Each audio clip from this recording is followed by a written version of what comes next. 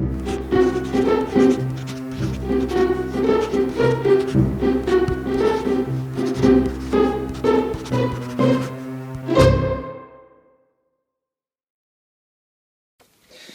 guys, what's up? How's it going? This is Easy Things to Draw. I'm Enrique. What up? Today I'm going to go over a couple of tips on kind of organic folds, that I do in my monster designs. It was a question here. I did go over an entire video of it on my other channel. It's the Sketch Monster YouTube channel, and that's on the front page. You can kind of see, you can get a link to that on the front page of this channel. But anyways, let me talk a little bit about it here, just like some tips on organic folds. This one not so much because these guys are pretty ripped, right? But there's stuff like this around the neck. This is one of my sketchbooks. Stuff like here, really these small, I don't know how to say, these small folds that I think to me add realism to whatever, like organic creature you're doing. And it's added as a spice, by the way. It's added as extra. You're not supposed to just make that the core of it because the icing on a cake that has no filling, right, is going to be garbage. So this is an extra thing. So I guess I do consider this a mildly abstract concept, just to let you know it is a little bit of an advanced concept. Sorry, not abstract. Advanced. So stuff like that. So let me talk a little bit about folds in general. Folds in general, I would say. So I would think about it very similar, just like the what do you call that? The folds video. You have points of tension, and that's going to be these 2 points, right? Let's just say you had a sheet. Say like a sheet you hung up. You're going to have points of tension. Very similar to, and that I compare that to, for example, like in the human eye. Let's just say that's an eye. Those same tension points right here, and you have that same kind of gravity goes down. You get these bags in your eyes. You know what I mean? As your skin kind of starts to hang. There's some on the mouth as well, but the mouth is a little bit different because it has this two, like, there is a little bit of that, but not as much.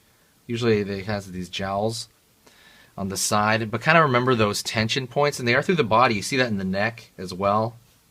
You know what I mean? You do that with monsters because their skin's hanging. It's really gravity.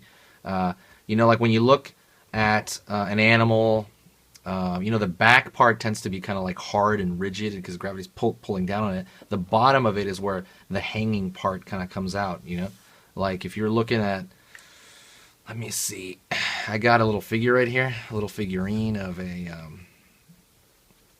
I don't know if you can see that well though. Let me see if I can get it near. You can't see that well, but this is a Triceratops. It's kind of white on white background. Now you can see it better with my hand. But if you look at the top part of it, really bony. The bottom part, like the stomach, the organs, the muscles are pulling down. They're pulling down with gravity. And that has to do with and the reason I show you that is because almost every animal is like that now. Look at tigers, look at all that stuff. Look at elephants. That stuff is pulling downward. Gravity's pulling down, and there will be like these skin folds, for most of them. The ones that are not, with no fur or don't have keratin in their skin, like lizards. But even lizards have that too, to some extent. So that's kind of what I'm thinking about with folds, and the folds will almost always kind of conform to the shape that they're in. Very simple, like a neck. With a neck, it will conform to the roundness of that neck. That's one tip. Just gotta remember those tension points when you're doing folds of any kind, organic folds. Another thing I want to talk about is kind of like how big and how major those are. So I might grab that book back to show an example, but let me look for an example really quick in this book. There's darkness of shadow, right? There's thickness of shadow, sorry. Let me see, I can't quite find one here. Okay, so this is a good one. Even though this is an organic fold, there's a little bit more, ripped though, a little more in shape, whatever this thing is that I drew. So hopefully you can see this is focused. Yeah. So right here, I put a shadow pattern, and right here I threw a thicker, darker shadow pattern because this form is bigger and divots and kind of dips in further than this one. And that's going to make all the difference in the world. Also, another thing is I don't want to make this shape and this shape identical. It'll be too repetitive. And I honestly think this is a little repetitive as it is for me in my, like design-wise. But it is still different. This is bigger and deeper, and this one is not as much. And you want to vary up that form, or else it's going to look like he has stripes on him. So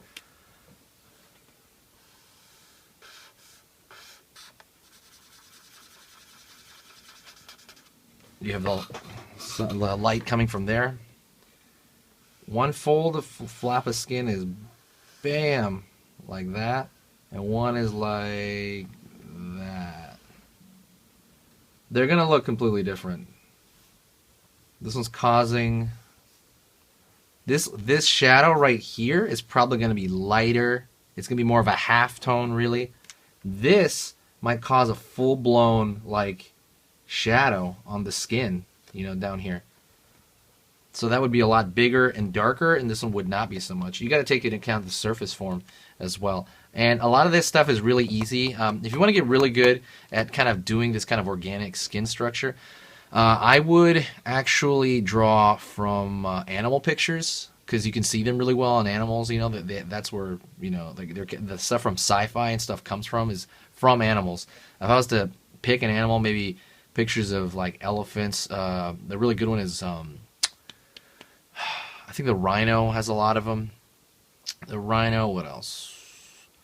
Just things of that sort. You can do it with people, but I mean, it's not. I don't know. People are real fleshy and squishy, and I think like elephants and stuff like that have the exact texture of skin that kind of resembles like monster skin, in movies, or game design or things like that. They're getting that from animals. Anyways, that's pretty much it. Those are just 2 tips really on kind of when you do organic structures. If you have any questions, ask me, and I will make maybe a follow-up video to kind of clarify, but please ask me. All right, guys, thanks a lot. I appreciate it. Also, one last thing before I go. I have the website up, easythingstodraw.net.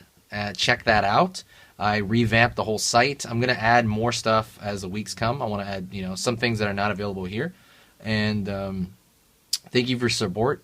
If you did like the video, please share it somewhere on social media, Facebook, Twitter, anywhere. I don't care. Anything helps me. Google+. All right. Thanks a lot, guys. I'll see you next time.